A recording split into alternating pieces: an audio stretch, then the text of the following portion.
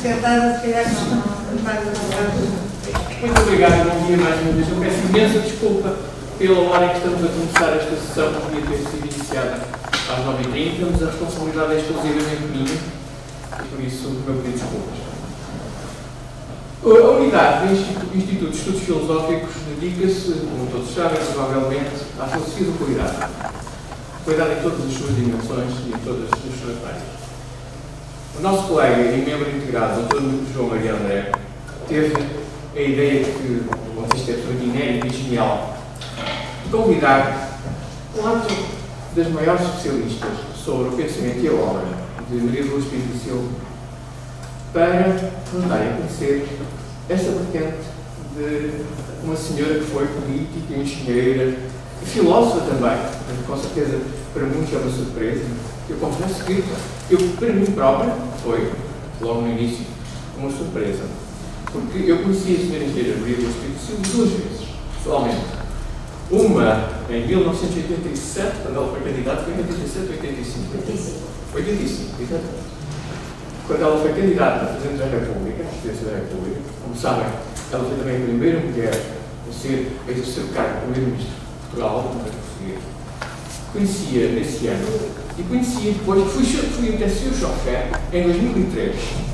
Quando ela veio a Coimbra, é verdade, quando ela veio a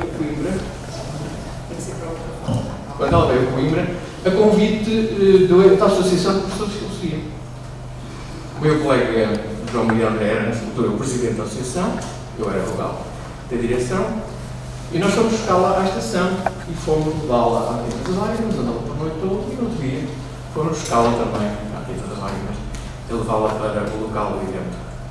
Claro, foi um chofer durante não mais do que 45 minutos, mas depois conversamos com ela nesse dia e eu confirmei, e sim, porque, como devem calcular, uma campanha política, não há aqueles momentos de grande intimidade para falarmos com as pessoas. Mas nesse dia e nesse encontro, quer na viagem que fizemos os dois, quer depois na possibilidade de dialogar no fim da palestra, da qualidade de ser humano que eu já tinha entrevisto, exatamente muitos anos atrás.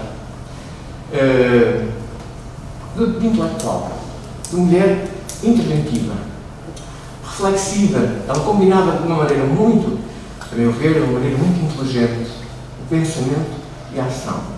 Porque sempre que ela se pronunciava, mostrava o conhecimento das coisas, uma reflexão prévia sobre as coisas. E a intervenção era sempre objetiva e muito concreta. E foi para mim depois uma surpresa quando me deparei com o trabalho dela e a reflexão dela sobre o cuidado. E disse, bom, esta senhora tem que ser membro honorário do Instituto de Estudos Filosóficos. Estas quatro convidadas que nós vamos ouvir hoje são filósofos que se dedicam, entre muitas outras coisas, ao cuidado também. E, portanto, deviam até ser membros do Instituto de Estudos Filosóficos, eu sei que não podem ser, do ponto de vista regulamentar. Não é filósofa, não é literata. Mas é uma pensadora. É uma pensadora. E, portanto, está no nosso meio. Está muito bem. Está muito bem no nosso meio. Exatamente.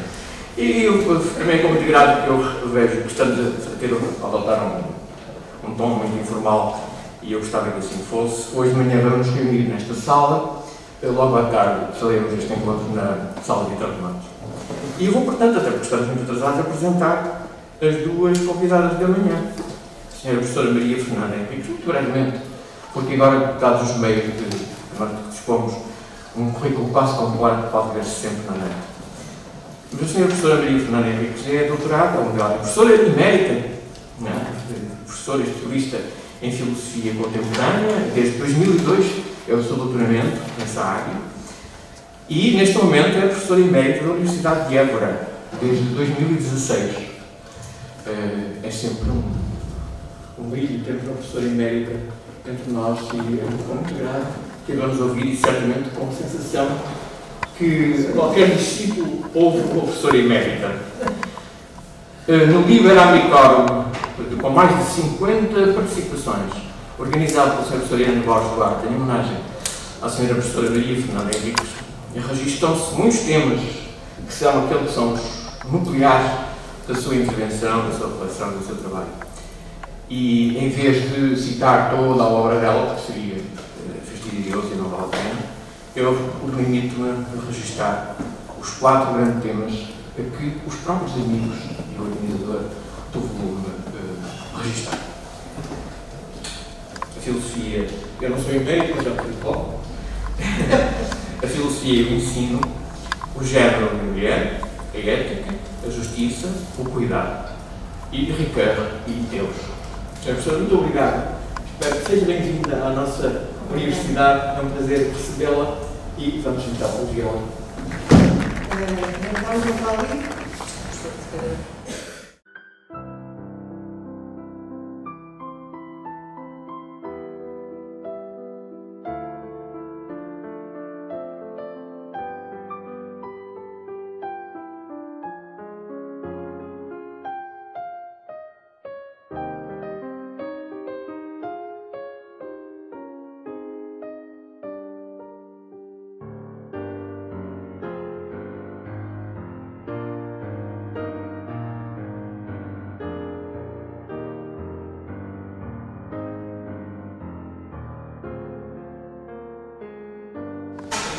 Muito obrigada pelo convite, muito obrigada pela apresentação, muito obrigada por estarem aqui presentes.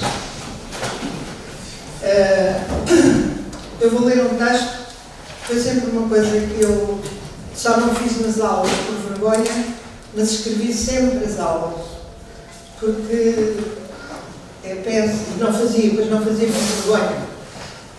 Mas escrevi sempre porque sempre tive medo que um dia me esquecia daquilo que queria dizer.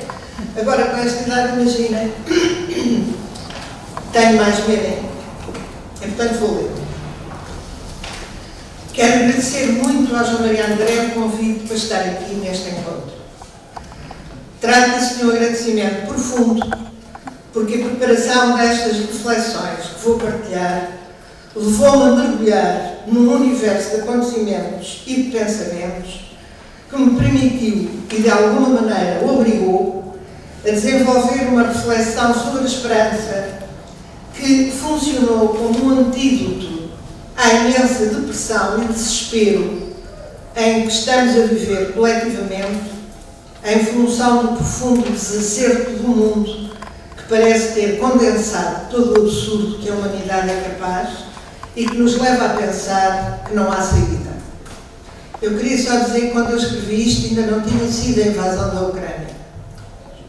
E, portanto, o que eu vou referir não fala sequer da Ucrânia. E não há saída a vários níveis. Não há saída para a vida cada vez mais precária de quem trabalha. Não há saída para a vergonha da complacência com que assistimos à situação das pessoas migrantes ou, a outro nível, como corremos à 3ª ou 4ª dose da vacina, enquanto uma grande parte da humanidade não levou sequer a primeira dose. E não há saída para a esquizofrenia dos discursos políticos que querem passar ao lado da pandemia, varrê-la para debaixo do tapete, em vez de tomar a crise que ela provocou como um caminho para pensar de outra maneira o nosso modo de viver coletivo. Essa consciência de que não há saída tenho vivido com uma angústia agravada por sentir que já não tenho idade.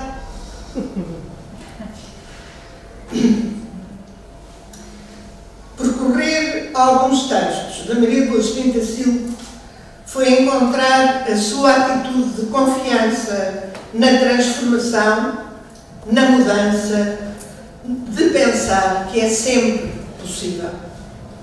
Neste contexto, gostaria de citar um testemunho de João Mota. Escrever, gostava muito. Mas a minha forma de criar é ensinar e representar. Se pudesse, ensinava. Ou representava um monólogo em que o tema seria a saudade dos tempos em que nos fez acreditar que era possível. Movida pela fé num Deus em que acreditava porque não conhecia, Como diz Isabel Alegre de Magalhães, num dos textos que escreveu sobre ela, Maria de Lourdes Pinto da Silva aproveitou todas as brechas, ou melhor, construiu brechas no que parecia monolítico para configurar caminhos de possibilidade. Esse percurso, obviamente, não curou a minha angústia, mas provocou nela uma brecha, provocando talvez uma perseverança desiludida, que era, no dizer de Maria de Lourdes Pinto da Silva, referindo-se ao teólogo Metz, a única atitude possível de um cristão ou cristã. É por isso que estou muito grata ao João Mariano. Queria também justificar o subtítulo desta minha reflexão. Chama-se Reflexões Avulsas. E elas são avulsas por 3 razões. Primeiro, pelo modo como preparei a intervenção, que não assentou numa investigação sistemática e conduzida por uma linha clara, mas foi acontecendo um pouco aleatoriamente, conforme a estante, a internet e a memória iam fornecendo elementos. Em segundo lugar, pelo cruzamento de temas que ela irá trazendo e que apontam em várias direções. E, finalmente, pelo próprio modo fragmentado como está organizada textualmente. Espero, contudo, que o avulso não seja caótico. Eu vou começar pelas memórias. Queria começar por partilhar alguns lugares onde me conduziram as memórias. A mais compensadora, mas também a mais desesperante, foi a revisitação do documentário de Graça Castanheira sobre Maria de Lourdes Pinto da Silva. Foram memórias doces e amargas. Começando pelas doces, queria recordar 3 testemunhos. O do Adelino Gomes, quando disse que a Maria de Lourdes, com a sua posição perante Deus, o levava a confrontar-se consigo mesmo e a considerar que, se calhar, ele não era suficientemente inteligente para acreditar. O do Luís Moita, quando na conversa que manteve com Maria de Lourdes Pinto da Silva, no rescaldo da derrota eleitoral da sua candidatura à presidência da República, tentando compreender o que tinha afinal acontecido, chegaram ambos à elaboração da ideia de que, porventura, o segredo da política seja conseguir fazer confluir os valores e os interesses, e também do Francisco Louçã, que caracterizou o discurso de Maria de Lourdes Pinto da Silva exatamente como o discurso da esperança, por oposição ao discurso do medo, chamando a atenção para o facto de que ele se abre a uma racionalidade fecunda, afastando-se da emotividade irracional que o medo convoca. A memória amarga foi devastadora e está consubstanciada na profunda ingratidão institucional que o país teve para com Maria de Lourdes Pinto da Silva e continua a ter com a sua memória. O documentário de Graça Castanheira põe de manifesto a perseguição, penso que se pode chamar assim, que uma certa direita portuguesa lhe fez e que a esquerda deixou passar, no contexto da sua ação como chefe do 5º Governo Provisório, impedindo-a de voltar ao lugar que tinha na Comissão Executiva da Unesco, para a qual tinha sido eleita, e também não dando seguimento à sua possível candidatura a secretária-geral que alguns países se dispunham a apoiar.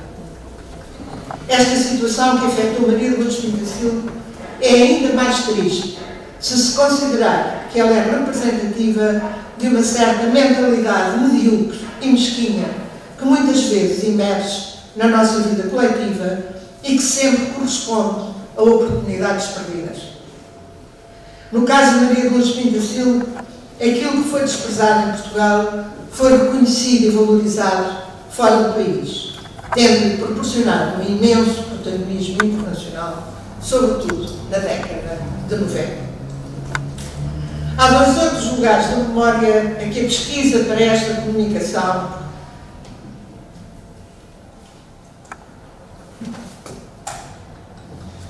este era o slide que eu devia ter passado da Graça Castanheira, peço desculpa, mas eu, como estava investigadora, esqueci do PowerPoint.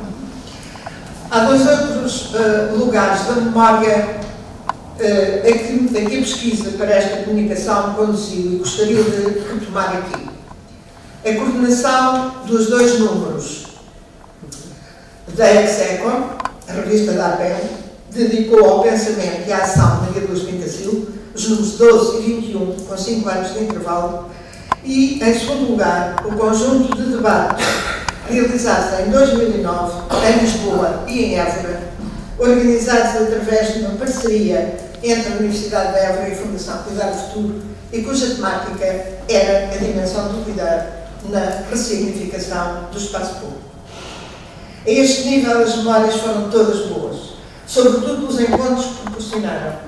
A organização dos dois números da Execo permitiu-me conectar com muitas pessoas em Portugal e fora dele e verificar o traço indireto que Maria de Lourdes Pintacil que tinha deixado na vida de muita gente, a muitos níveis e em múltiplas dimensões.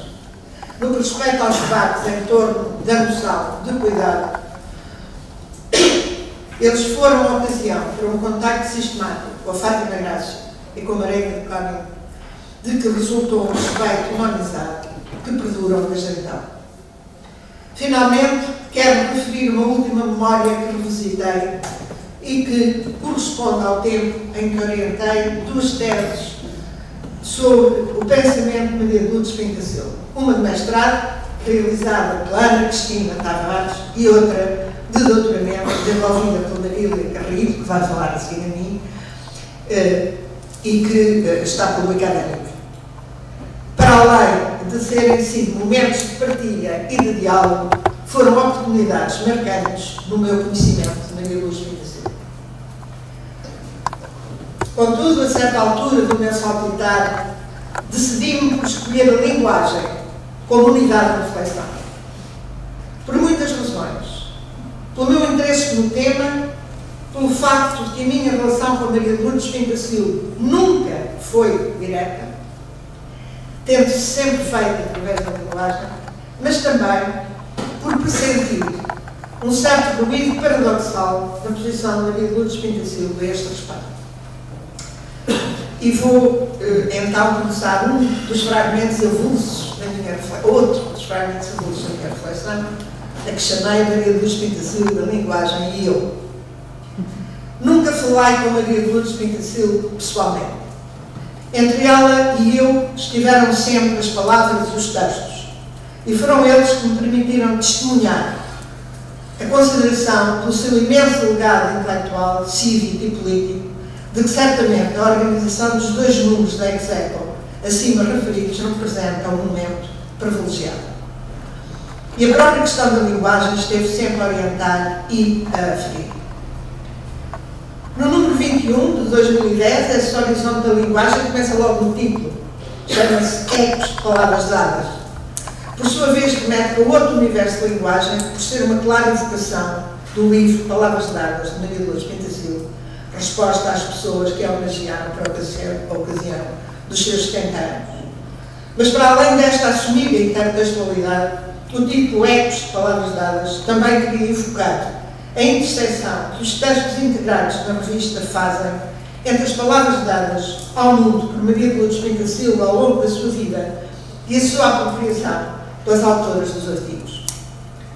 O número 12, de 2005, começa com uma introdução intitulada Palavras Espelhos de Vida e é encimada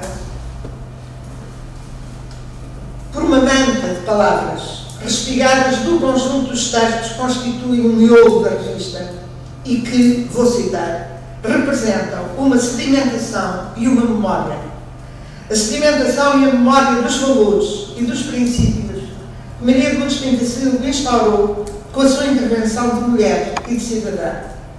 Elas são, por isso, palavras fundadoras de um modo de habitar a vida e de protagonizar a história. Peço desculpa pela possível deselegância desta autocitação, mas, na verdade, nela está expresso aquilo que de essencial penso sobre a linguagem. Saliento dois temas fundamentais. Em primeiro lugar, a ideia de que a linguagem é duração, ou seja, a linguagem perdura. Paul Ricoeur dizia dizia que as palavras são acumuladores de sentido. Pelo que podemos dizer que nada se perde da significação do labor humano, porque as palavras vão retendo e transportando aquilo que vai decorrendo desse labor. E a densidade semântica das palavras vai aumentando, às vezes criando mesmo situações conflituais, e transportando essa densidade semântica através dos tempos. É esta característica da linguagem que permite compreender a afirmação de um outro filósofo, George Gusdorff, quando diz que as palavras não são meras notações objetivas, mas sim índices de valor. Nesse sentido, podemos dizer que as línguas são sistemas de valores, que quando falamos, algo ultrapassa a nossa intenção subjetiva e pessoal. Herta Müller disse-o de uma forma belíssima ao escrever: cada língua tem olhos diferentes. Em segundo lugar, a ideia de que a linguagem é um poder. Por tudo o que se disse antes, a linguagem, na sua materialidade, é uma das formas da memória coletiva dos povos enquanto línguas, da humanidade, no seu conjunto, como linguagem articulada. Continuando com Gusdorff, ele salientava que quando falamos, fazemos abrindo ou fechando a realidade. Falar, dizia, é resumir o estado do mundo em função da minha decisão. Portanto, posso falar apenas para recapitular o passado ou para abrir novos possíveis e criar novas memórias. Nesse sentido de abertura, as palavras podem ser fundadoras de modos novos de viver ou de habitar, projetando mundos.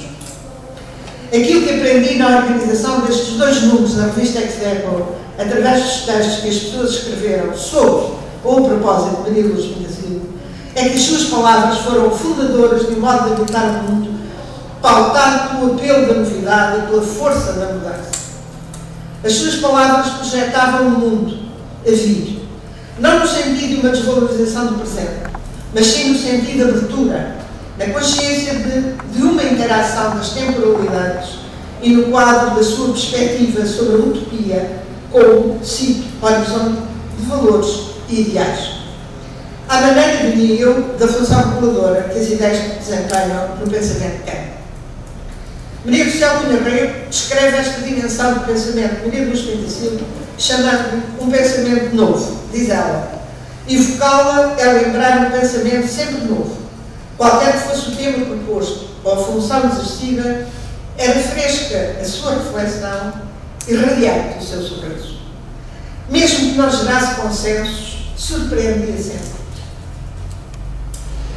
E volto agora a outro tema mais alargado, que é a articulação de Maria Luz Pinto Silva e a linguagem. Há 2 coisas que gostaria de convocar para este tópico. A estranheza que sempre me causou o facto de os textos de Maria Luz Pinto Silva usarem sempre, pelo menos os que eu conheço, o masculino, como se fosse um universal neutro, e aquilo que a linguagem, englobando aqui o seu sentido lato para incluir as imagens, lhe fez nos média, desde a sua indigitação de primeira-ministra até ao final do seu governo de 100 dias. O masculino como universal neutro é o primeiro tópico que vou tratar. Num dos textos em que analisa a relação de Maria Luz Pinto Silva com a Igreja e a religião, Maria Carlos Randes reconhece que Maria Luz Pinto Silva verte no masculino toda a sua reflexão a propósito destes temas. Maria Carlos não explora a situação, mas tê-la assinalado parece-me relevante. Na verdade, esse uso generalizado do masculino como neutro, no contexto da radicalidade da sua análise e das suas propostas a respeito do fenómeno religioso, é no mínimo paradoxal. Além de que, em alguns textos fica claro o papel determinante de Maria Luz Pinto Silva atribui à linguagem da compreensão do mundo e da sua transformação. Corresponderia esta situação a uma posição a respeito do uso ou não de uma discursividade não discriminadora? Fica a pergunta. Pode ser que a Isabel seja capaz de responder. E, no entanto, a sua chefia no governo dos 100 dias esteve envolvida em polémica exatamente no plano da linguagem. Discutiu-se nos jornais e fora deles se Maria Luz Pinto Silva era primeiro-ministro ou primeira-ministra. Na verdade, não havia história. Em Portugal, ela foi a primeira mulher, e a única até agora, a ocupar esse cargo. E na Europa, foi a segunda. O que fazer então? O dilema era evidente. De um lado estava o insólito de não seguir a regra geral da concordância, cometendo um erro do ponto de vista da gramatical. Do outro estava a questão da possível desvalorização da expressão primeiro-ministro se ela fosse feminizada, se ela fosse transformada em feminina.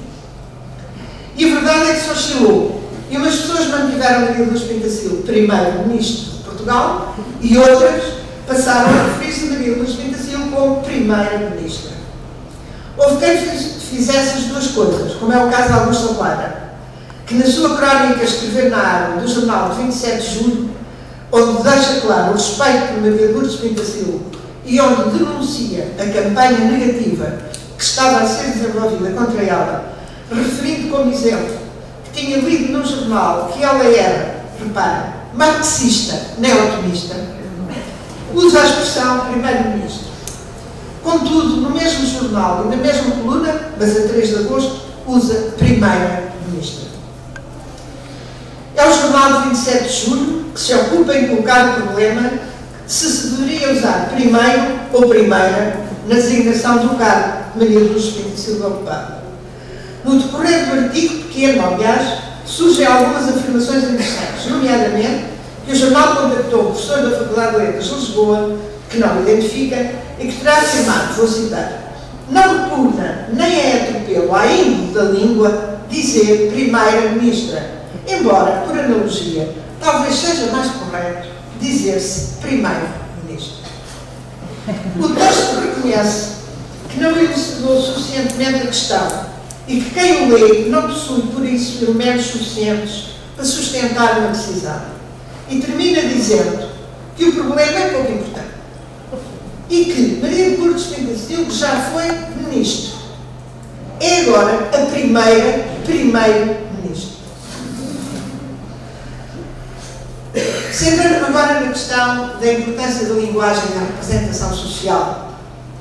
Não vou fazer aqui uma análise sistemática sobre o papel que a linguagem dos média teve na configuração da imagem de Maria Lourdes Pintacil desde a sua indigitação para chefe do 5º Governo Constitucional até ao seu tempo. Para uma informação detalhada dessa situação, a tese de Ana Cristina Tavares é um ótimo recurso. No quadro das reflexões avulsas, que aqui é o caso, vou apenas apresentar alguns exemplos, para mim, mais significativos do poder, não só denegridor que a linguagem pode ter, como também do seu poder insidioso e corrosivo. Vou começar com uma imagem insidiosa, carregada de ambiguidades. Para que diz ali, Maria Lourdes Pintacil quer dialogar com o povo, citando Maria Lourdes Pintacil. Trata-se mesmo de fazer funcionar a ambiguidade através da contradição explícita entre o que está escrito e a imagem. Quem faz a afirmação de querer dialogar com o povo é uma pessoa de expressão, diria, quase violenta e como indicador direito espetado, o que simbolicamente entre nós representa um sinal de autoritarismo máximo, de ameaça mesmo. O que é, a meu ver, mais insidioso nesta representação é o facto de que, sem nada se dizer de mal sobre alguém, se corrói a sua credibilidade, criando suspeição. A segunda imagem é esta. Eles dizem que ela é o Vasconcelos de Saias, porque penso que aqui a ambiguidade não é mais importante, mas na verdade existe, porque a legenda remete para terceiras pessoas a comparação entre Maria Lourdes Pintacil e Vasconcelos. Eles chamam-me, diz-se. De qualquer modo, para afirmá-lo e ilustrá-lo é um modo claro de reiteração. E esta remissão para Vasconcelos era, de novo, a introdução do medo. O medo do comunismo, que de alguma maneira era atávico em relação a amplas parcelas da população. Mas há ainda uma outra coisa que queria realçar nesta imagem. É o facto da menorização da envergadura de Maria Lourdes Pintacil. Ela era apenas a imitação de um homem. Ele sim é que era a diferença. Na mesma linha vem a assimilação de Maria Lourdes Pintacil com a Mário Soares, dizendo-se que, embora seja independente, ela tinha uma certa semelhança com o secretário-geral do PS, as Bochechas. Esta referência era feita na rubrica Periscópio e tinha como título Bochechas ao Poder. E para terminar este fragmento reflexivo, vou citar um texto, este, e algumas expressões que apareceram quer no Expresso, quer no jornal, cujo objetivo era minar a credibilidade de Maria de Lourdes Pinto da Silva e as suas propostas. Fala-se de passarinhos, de canários, de não sei o quê, portanto, ela era Pinto da Silva e, portanto, havia uma catefa de outros pássaros muito livre. E algumas expressões, eu retive 4 ou 5 porque me pareceram significativas. A primeira é: ela era uma inteligência perigosa. A segunda era um vulto da catolaica. Terceira, numa das rubricas, dizia-se governo dos 100 e entre parênteses, ou mais dias. E depois também chamavam uma Mafaldinha e estava sempre associada à utopia ou ao idealismo e ao catolicismo. Portanto, era toda uma convergência. E vou chegar ao último fragmento da minha reflexão, que vai partir de uma conferência de Maria de Lourdes Pinto da Silva em Paris, em 1979, exatamente em 22 de fevereiro, com o título La Parole des Femmes, que diz dela. Esta conferência é uma de um conjunto que veio a ser publicado com o título Le Nouveau Féminisme, Question pour la Guerre Africaine, com uma edição em português dos anos 80, com o mesmo título. Queria lembrar, antes de mais, que o conjunto das conferências é dedicado à problemática dos movimentos feministas ou dos feminismos como movimentos sociais, questionando até que ponto eles podem ser um problema para o cristianismo. Lembrar ainda que estamos nos anos 70 e é Paris, evidentemente, onde tudo estava a acontecer naquela altura. Do meu diálogo com este texto de conferência da Maria de Lourdes Pinto da Silva, diria que há um princípio hermenêutico de leitura determinante e, de certo modo, enquadrador de toda a reflexão desenvolvida, e que é o reconhecimento da importância fundamental de tomar a palavra. Vistos desta perspectiva, os movimentos feministas representam esse gesto inaugural de tomar a palavra pelas mulheres. E as mulheres tomam a palavra, comendo Maria de Lourdes Pinto da Silva, em 3 registros diferentes. O registro revolucionário, de conscientização e reformista. A cada um destes registros, tomar a palavra tem sempre um recorte de relevância, de afirmação da autonomia e de liberdade. A diferença está no pendor teleológico que cada um deles assume. O registro revolucionário de tomar a palavra articula Maria de Lourdes Pinto da Silva, com o designado Marco 68. Este nível, diz ela, dizer a sua palavra é fazer uma arma, é fazer dela uma arma de combate. Tornou-se uma condição de toda a ação militante contestatária. Foi, acrescenta, no quadro da revolta que expressou o maio de 68, que a expressão tomar a palavra se tornou palavra de ordem. O registro de conscientização alimenta-se ele próprio do reconhecimento do valor que tomar a palavra representa na afirmação de si do ser humano e da sua emergência como sujeito da história. De alguma maneira está em causa uma dinâmica de libertação, de criar condições para que cada qual construa as suas palavras para organizar o mundo e orientar-se nele. O registro reformista é aquele que paulatinamente vai tentando produzir uma evolução gradual das instituições no sentido de abrir espaço para as mulheres caberem nelas e se apropriarem do seu espaço, de um espaço que também seja seu. Maria de Lourdes Pinto da Silva não o diz explicitamente, mas tal como interpreto este registro ou dimensão de tomar a palavra, considero como um solo sustentador dos outros registros ou dimensões, porque é através dele que se podem ir construindo discursividades mais revolucionárias ou com implicações mais profundas. Este tomar a palavra para reformar, por exemplo, um acesso à educação sem barreiras ou discriminações, uma defesa do direito das mulheres a todas as profissões ou cargos e, assim, transformar simbolicamente a relação das mulheres com o espaço público corresponde, na minha leitura, à construção de um laço possibilitador de outros níveis de intervenção. Maria Luz Pintacilgo alerta para os perigos deste plano reformista, quer ao nível dos movimentos, quer dos discursos, e que se ligam com a posição totalmente transversal aos seus textos, que a entrada das mulheres na vida pública tem de ser disruptiva para ter sentido efetivo. A segunda temática que quero destacar desta conferência que referi corresponde à questão sempre retomada e sempre controversa de saber se as mulheres têm ou não um falar diferente. E aqui vou fazer um pequeno discurso de uma filósofa francesa que se articulou diretamente com esta questão, que é Lucie Iguaré, e que dedicou inclusivamente uma série de trabalhos de campo a este tema. Para ela, a Lucie Iguaré, o feminino e as mulheres não podem ter na linguagem, tal como está constituída, a mesma proeminência que o masculino.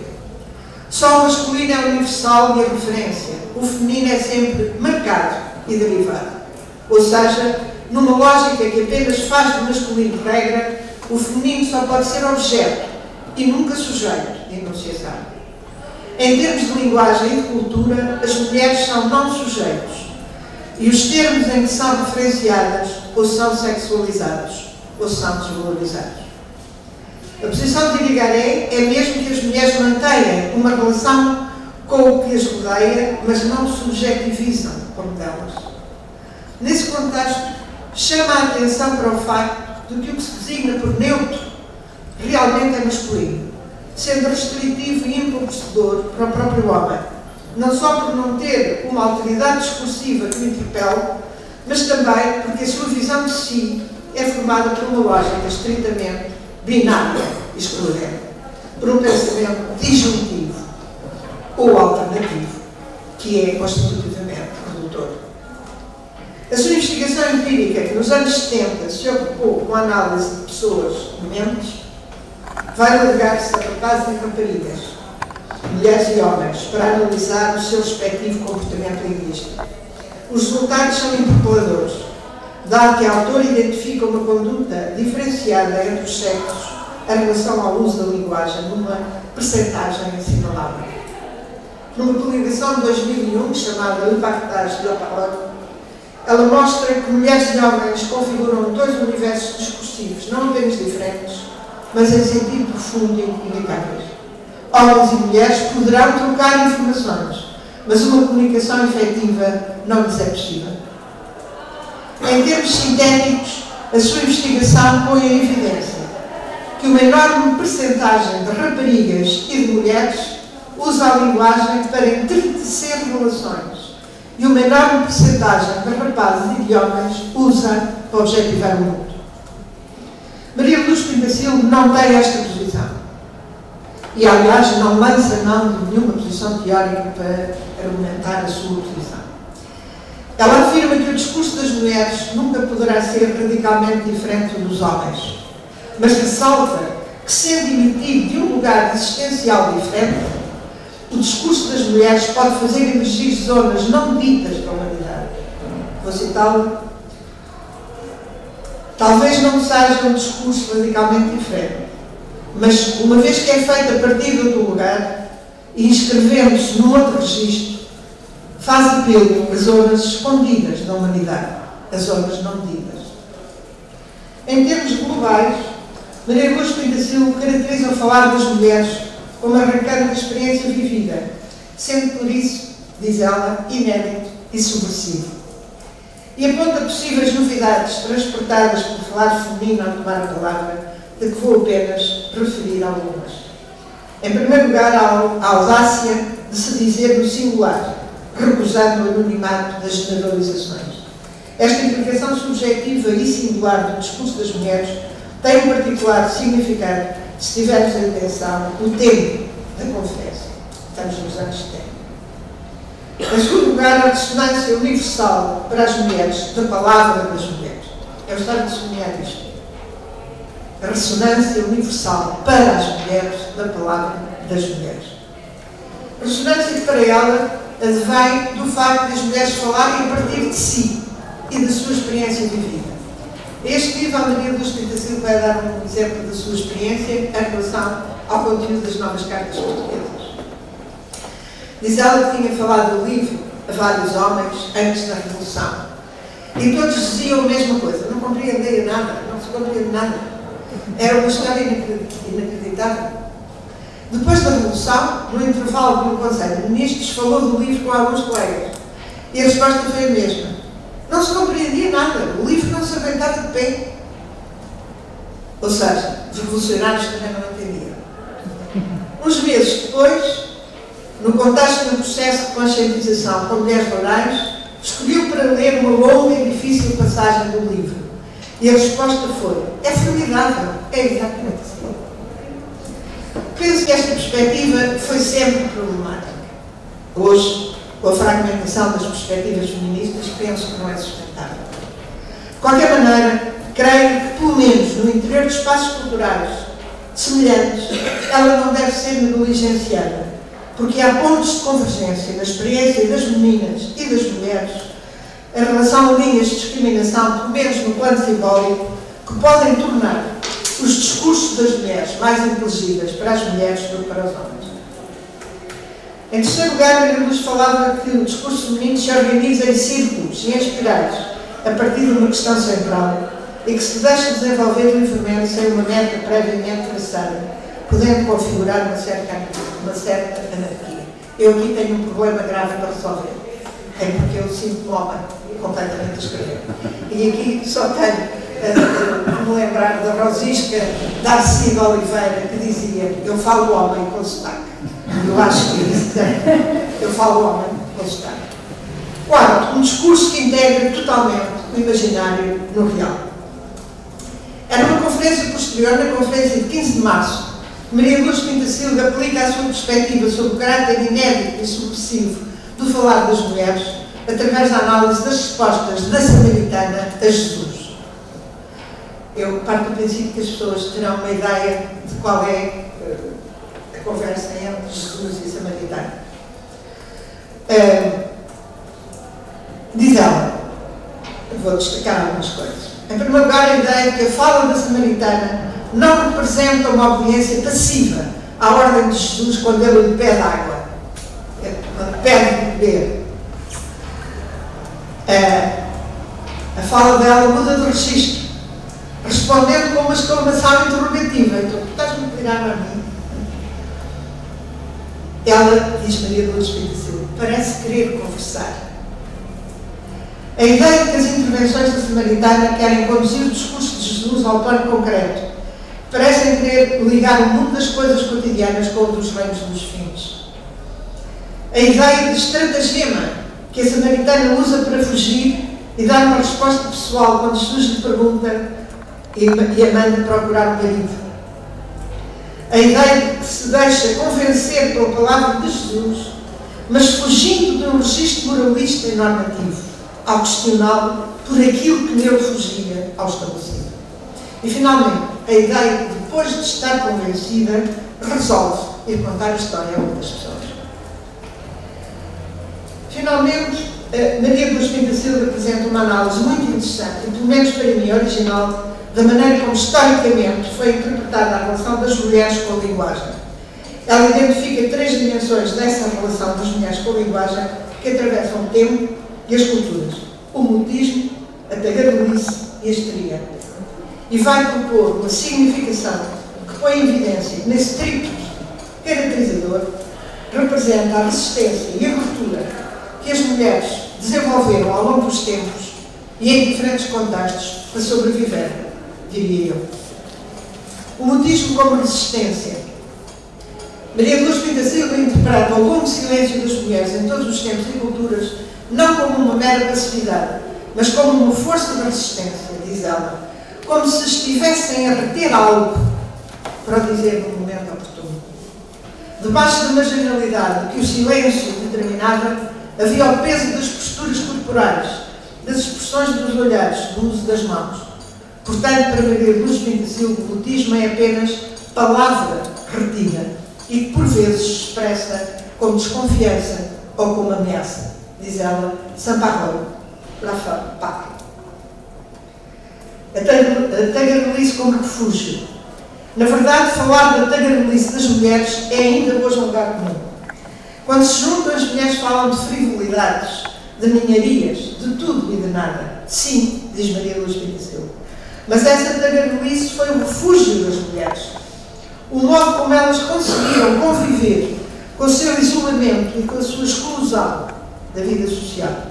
Tagarelar foi o que lhes restou no seio de sociedades que não os reconheciam como cidadãs efetivas, que não as incluíam na distribuição dos poderes e que não valorizavam o seu saber e os seus pontos de vista. E, finalmente, o grito histérico como revolta. Se o mutismo pode ser interpretado como resistência e como recusa, e a tagarelice como refúgio, o grito histérico representará a revolta das mulheres. Ele corresponde a uma explosão verbal de quem não sabe como se dizer, mas quer, apesar de tudo, tomar a palavra. O que me parece mais importante nesta interpretação de Maria Luz Pinto Silva é o facto de articular 3 estereótipos ligados ao feminino e às mulheres e transformá-lo em modos de significar a sua opção, mostrando-os como estratégias de sobrevivência e, portanto, mostrando como eles não têm nada a ver com uma suposta natureza feminina, mas são uma resposta à condição em que as sociedades confinaram as mulheres. Para terminar a minha reflexão, queria voltar à questão que levantei acima sobre a estranheza do uso sistemático do masculino como universal neutro que Maria Luz Pinto Silva parece fazer. Trata-se da sua proposta de uma possível reescrita da Bíblia a partir do lugar onde as mulheres sofrem a opressão. No quadro da sua perspectiva de que o cristianismo tem de se autoanalisar e ressignificar para poder ultrapassar a ganga das sociedades patriarcais, no contexto das quais se configurou a sua simbólica primordial e se forjou a sua organização doutrinal e institucional. Considerei particularmente significativa a sua proposta de imaginar o episódio do livro do Êxodo que narra a decisão do faraó de se desembaraçar das crianças hebraicas. Eu penso que agora tem... Não vale a pena dizer assim, o que ela faz é sublinhar e escrever com maiúsculas as mulheres, onde as mulheres estão. E o que é que acontece? É que o episódio de Moisés é um episódio que começa e acaba com mulheres. Porque as parteiras a quem o faraó tinha dito para matarem todos os meninos, todas as crianças que nascessem, fossem meninos e deixassem só as meninas, não cumpriram a ordem do faraó. E por aí fora há uma filha de Levi que concebeu e deu à luz um filho, a irmã do menino, a filha do faraó, as suas servas. Ela, a irmã do menino, disse então à filha do faraó, a filha do faraó, a mãe do menino, a filha do faraó, a mulher, a filha do faraó. Ou seja, o que nós temos, tenho pena que vocês não vejam, é um texto, o mesmo texto, mas em que o ela e o feminino está escrito, está sublinhado. E, portanto, é para mim, de facto, muito estranho que, tendo uma consciência tão aguda do peso da linguagem para ocultar ou desocultar, Maria Luz Pinto Silva tenha usado de forma tão sistemática o masculino como se fosse um uso neutro. Muito obrigada por me terem escutado.